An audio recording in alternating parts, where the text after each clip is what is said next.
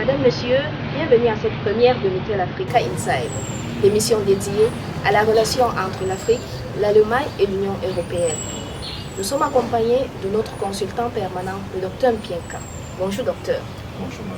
Pendant 26 minutes, nous ferons le tour de ce qu'a fait l'Allemagne en Afrique pendant ces 30 derniers jours.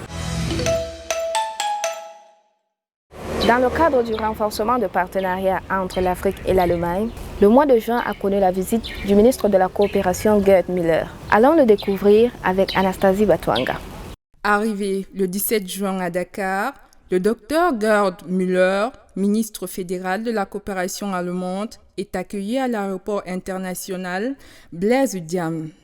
Cette visite de travail arrive à point nommé alors que le pays s'est engagé dans la multiplication des actions pour la lutte contre la pandémie du coronavirus. L'Allemagne a décidé d'accompagner les efforts du Sénégal dans la production de vaccins contre le Covid-19 à travers l'Institut Pasteur par la mise sur pied d'une unité de production de vaccins. L'annonce a été faite dans les locaux de l'Institut Pasteur de Dakar. Coût de la production, 20 millions d'euros non remboursables. Pour le ministre allemand de la coopération, une solidarité à l'échelle mondiale permettra de vaincre la pandémie. Après une visite guidée des laboratoires de l'Institut Pasteur de Dakar, le docteur Gerd Müller a déclaré devant son homologue sénégalais, le docteur Sall, directeur général de l'Institut Pasteur de Dakar, qu'il faut une solidarité concernant l'accès aux vaccins pour tous par le biais d'une production de vaccins propres au continent africain. Les ministres Hoth et Müller ont signé le mémorandum d'entente dans le bureau du ministère de l'économie du plan de la coopération sénégalaise, joignant ainsi l'acte à la parole. Un protocole d'accord destiné à renforcer l'axe Berlin-Dakar dans les domaines de la formation, l'emploi des jeunes, le développement industriel, le changement climatique ont été également signés. Cette tournée était également marquée par des visites de projets comme la construction d'un nouveau collège à Kombol. Avant le Sénégal, le ministre de la coopération allemande Gerd Müller a fait un tour en Gambie. Une fois de plus, Anastasie Batwanga. Le docteur Gerd Müller et Johannes Seller, le député allemand, se sont rendus en Gambie dans le cadre du développement durable à travers l'assainissement. Ils ont visité plusieurs sites où un projet commun visant à améliorer les conditions de vie et la réduction des déchets sera mis en œuvre. Selon les sources diplomatiques, Gerd Müller affirmait qu'il était temps de changer les moyens de subsistance des mères et des enfants de Ben Bakotek, pour lequel il a officiellement posé la pierre de fondation. Il a par ailleurs remis des équipements aux populations, des vélos quads, des extincteurs et des matériaux de plantation d'arbres pour la zone verte. Au cours de cette visite, le ministre allemand de la coopération a visité le site de décharge d'ordures, mesurant 18 hectares, qui était une carrière d'extraction de sable. Depuis lors, plus de 500 tonnes de déchets solides y sont déchargés chaque jour. Les déchets sont apportés par 400 à 500 chariots d'ânes et de 40 camions au moins par jour. Il s'agit d'un des plus grands sites de déchets solides du pays. Ce projet permettra d'améliorer les conditions de vie des communautés environnantes. 3 millions d'euros déboursés par l'Allemagne pour assister la population de Goma suite à l'éruption volcanique en RDC. Les détails dans ce reportage. Après l'éruption volcanique de Nyiragongo le 22 mai 2021, l'ambassadeur de l'Allemagne à Kinshasa, Shangam Bert, a accompagné une délégation humanitaire à Goma. 3 millions d'euros ont été débloqués le 1er juin 2021 pour limiter les dégâts. Cette crise sanitaire vient s'ajouter à l'insécurité alimentaire qui plonge les victimes dans la famine. Ces fonds seront injectés pour prévenir le choléra, mais aussi apporter secours aux personnes qui ont fui leur domicile à cause de la percée des laves. Désormais sans abri, l'Allemagne vole ainsi à leur secours. Le gouvernement fédéral allemand a toujours été à côté de la République démocratique du Congo en matière humanitaire et reste le premier donateur de tous les pays d'Europe après l'éruption volcanique du 22 mai 2021 à Goma. Boudi en Afrique. L'ours, symbole de la cohésion et de la bonne relation entre le Sénégal et l'Allemagne, poursuit son périple dans la terre de la Teranga. Un ours grandeur nature a foulé les pistes de l'aéroport international Blaise Diagne au Sénégal. Parti de Berlin en Allemagne mi-juin, Boudi, son nom de baptême est arrivé le 4 juin 2021 au Sénégal. L'ours, l'emblème de la capitale Berlin, vient ratisser les liens d'amitié entre le pays d'Otto von Bismarck et celui de Cheikh Anta Diop, qui se voit ravivé par cette énième distinction de la part de l'Allemagne. Boudi, signe de cohésion et de la bonne relation entre les deux pays, est accueilli par la population sénégalaise, qui lui a adressé le salam de bienvenue à travers des commentaires Facebook sur le compte de l'ambassade d'Allemagne au Sénégal. Depuis son arrivée, Boudi fait le tour du Sénégal en passant par les points d'attraction et les sites touristiques de la Teranga. Comme chacun des ours symboles de Berlin, Boudi porte des multiples couleurs qui représentent la diversité culturelle. En ces temps de Covid, l'on verra Boudi arborant un masque facial comme pour rappeler aux uns et aux autres le respect des mesures barrières. Il participe ainsi à la campagne de lutte contre le Covid-19 à travers le port du masque et la distanciation sociale. Les sites et tours du pays doivent se faire dans le respect des mesures de prévention du Covid-19. Cameroun-Allemagne, de nouvelles bases de coopération entre ces deux pays depuis le 9 juin dernier. La coopération entre l'Allemagne et le Cameroun définissent de nouvelles orientations. Des résolutions prises au terme des consultations intergouvernementales entre ces deux pays le mercredi 9 juin dernier à Yaoundé. Ces travaux avaient pour objectif de donner les grandes lignes qui vont orienter les échanges, lesquels sont structurés dans les secteurs de gouvernance, de la décentralisation, du développement local, de la santé, de la paix et de la prévention de la crise, tenus en présence du ministre de l'Économie, de la Planification et de l'Aménagement du territoire, Alamine Ousmane Mey, des autres membres du gouvernement et du chef de division Afrique centrale du ministère fédéral allemand de la coopération économique et du développement, le docteur Simon Klepper. Maintenant statistique, faisons une immersion sur l'apprentissage de la langue allemande en Afrique. Le Deutsch se porte plutôt bien dans la majorité des pays. C'est ce que révèlent les données disponibles en ce mois de juin 2021. En Afrique, l'Égypte compte 405 262 apprenants. En Afrique francophone, la Côte d'Ivoire a vu grimper ses chiffres avec 436 940 apprenants. Le Cameroun enregistre une hausse de l'apprentissage de la langue allemande par rapport au dernier recensement avec 239 815 apprenants. Aux côtés du Cameroun, on note également une hausse au Burkina Faso avec 92 150 adeptes de la langue allemande. Le Mali enregistre 71 011 partisans de l'allemand et 35 767 apprenants à Madagascar. Le Ghana, quant à lui, enregistre 3 838 adhérents de l'allemand. 910 Tanzaniens sont inscrits à l'école de la langue contre 79 685 Togolais. On retrouve 490 apprenants au Rwanda et 105 Malawites sur les bancs de l'apprentissage. Chez les Sénégalais, la baisse est perceptible avec 16 465 apprenants. Des puissances africaines résistent encore à l'apprentissage de l'allemand, avec le Nigeria qui compte 10 340 inscrits à l'apprentissage, l'équivalent des 10 668 Sud-Africains. Avant de passer au grand reportage de ce magazine, feuilletons l'agenda avec notre consultant permanent, le Dr Mpienka. Dr Mpienka, Qu'est-ce qui est inscrit dans l'agenda des membres de l'Union européenne ces derniers jours? Oui, commençons par la France. Il faut dire que le sommet France-Afrique a été reporté pour des raisons sans doute d'organisation. Il aura plutôt lieu du 7 au 9 octobre 2021. Il faut dire que c'est quelque chose d'un peu exceptionnel à suivre de très près parce que la relation entre la France et l'Afrique est un peu écornée ces derniers temps et la mobilisation a été faite de telle sorte que l'intelligence africaine participe à ce grand sommet qui aura lieu finalement au dernier trimestre de l'année 2021. Et il faut aussi également dire que dans ce contexte-là, la France est un peu, son image est écornée dans notre environnement à cause peut-être aussi de sa relation politique avec certaines anciennes colonies.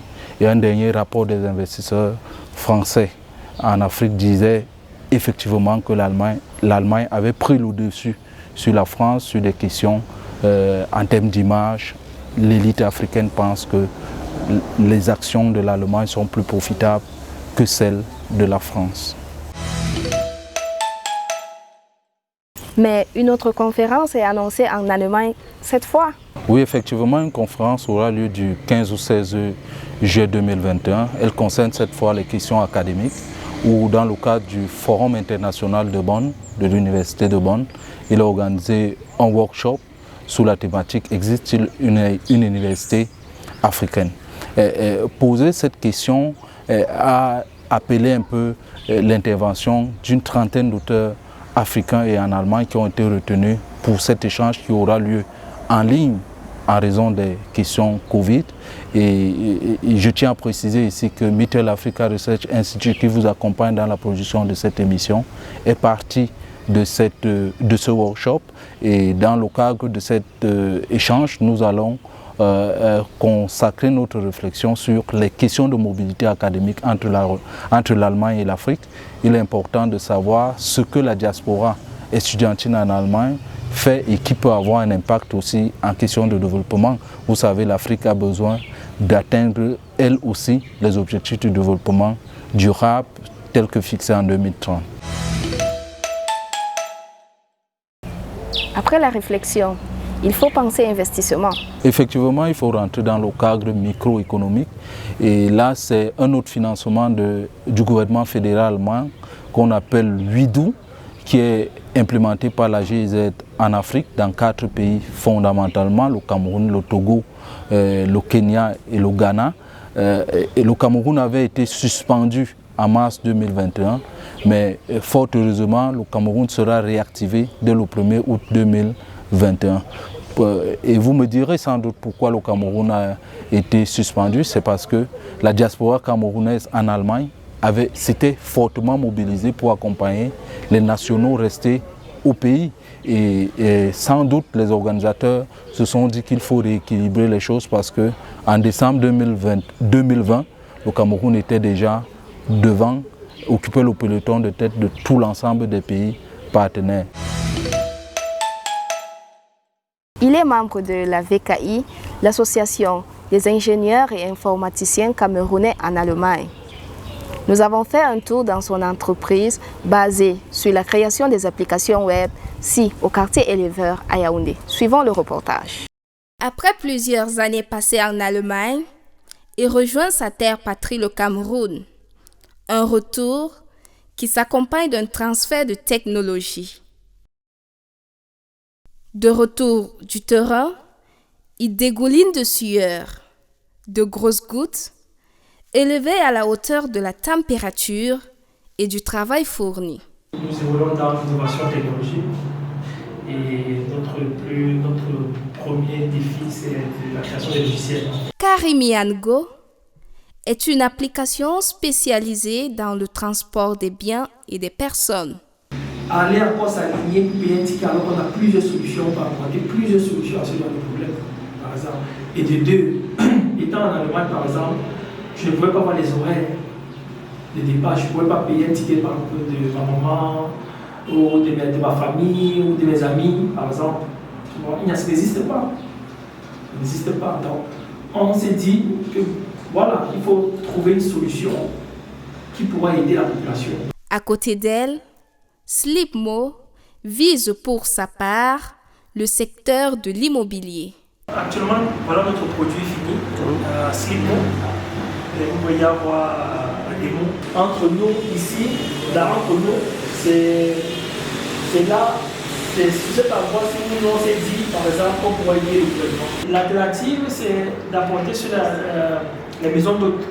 Parce que lors de la CAN, nous allons recevoir à peu près 5 millions de personnes, de touristes. Et on aura une pénurie d'hébergement au Cameroun. Donc l'alternative ici, c'est que dans les maisons d'hôtes, la population peut participer à aider le gouvernement d'avoir à pallier à la pénurie des maisons, des hébergements au Cameroun. Ça, c'est de 1. Et de 2, à se faire aussi de l'argent. Ce sont des produits que cet ingénieur vivant en Allemagne matérialise au Cameroun.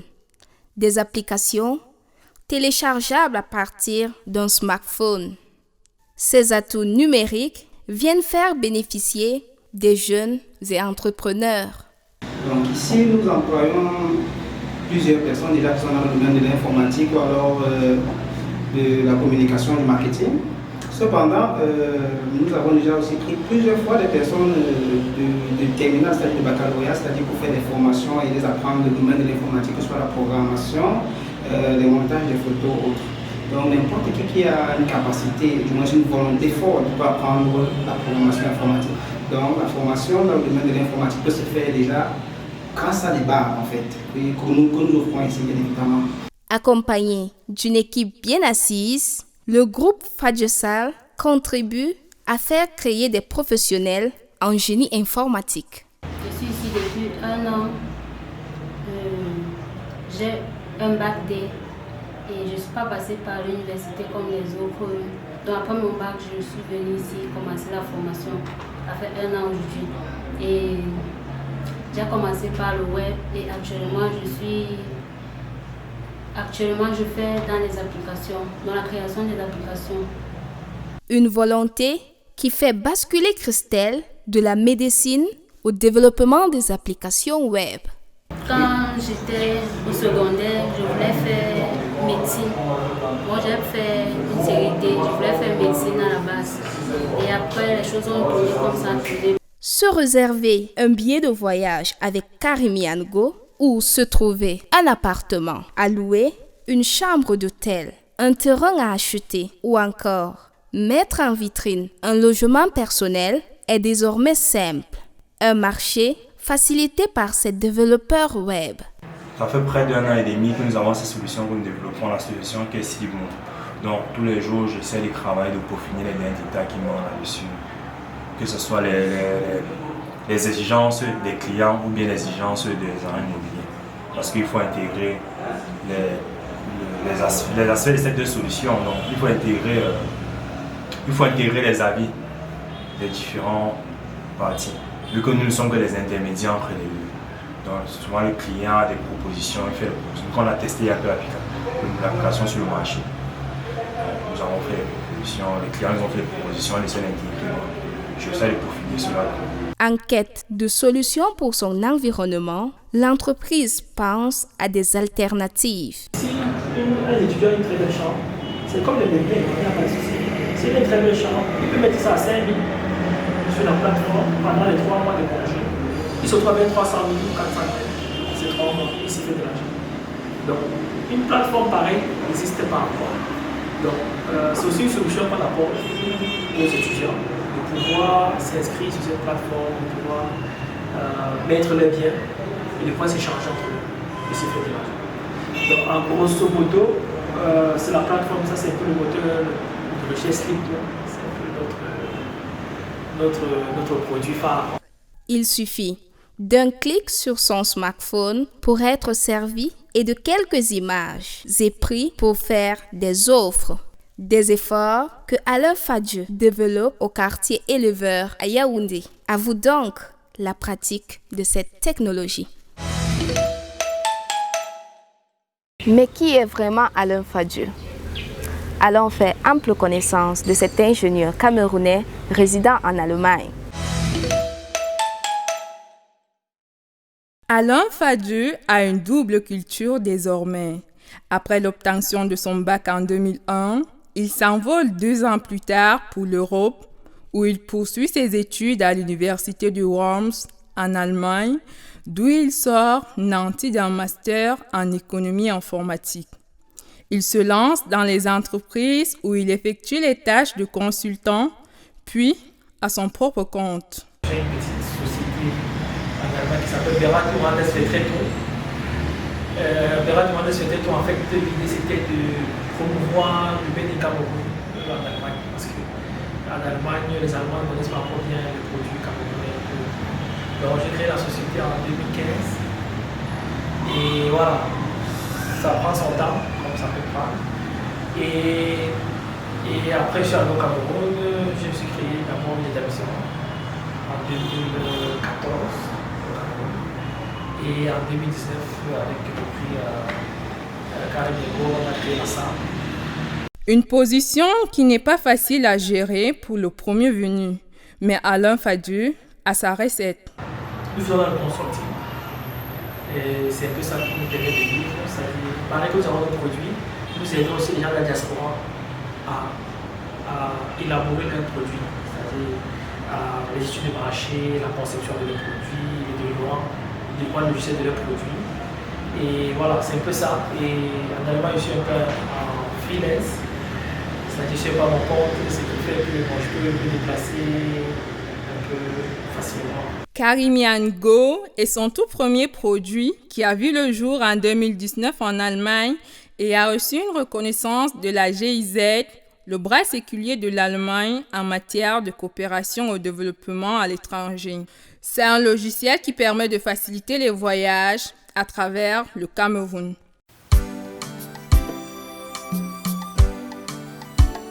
À la recherche d'un moyen de transport, rien de plus facile et rapide avec l'application Karimian Go. Avec un tel produit, Alain Fadieu a désormais les pieds en Allemagne et la tête quasiment au Cameroun. D'ailleurs, c'est en camp franglais qu'il lance son second produit, Slipmo, dans l'immobilier. Il s'agit d'une offre aussi pour les populations. Le patron du groupe Fadieu rêve grand. Il compte aller à la conquête du marché pour faciliter la fourniture des services aux populations camerounaises. Actuellement, nous sommes sur le terrain. Nous avons près de petites agences de voyage enregistrées à l'intérieur. Et nous sommes en train de travailler pour avoir Cameco, Cambrai aussi. Comme s'il voulait téléporter l'Allemagne au Cameroun. Non, ce n'est pas téléporter l'Allemagne au Cameroun. En fait, la technologie. C'est exactement la technologie. Je me dis, on ne peut pas fuir cette technologie. Docteur Mpienka, comment trouvez-vous cette initiative de ce jeune ingénieur membre de la VKI qui a décidé de venir investir au Cameroun? Il faut dire que ce jeune entrepreneur Alain Fadieu essaie de faire, nous avons essayé un peu de parcourir sur la toile et de voir un peu s'il y a des exemples qui existent dans d'autres pays. Mais ce qui nous vient à l'esprit, c'est que Slipmo, par exemple, ressemble au conseil américain TripAdvisor.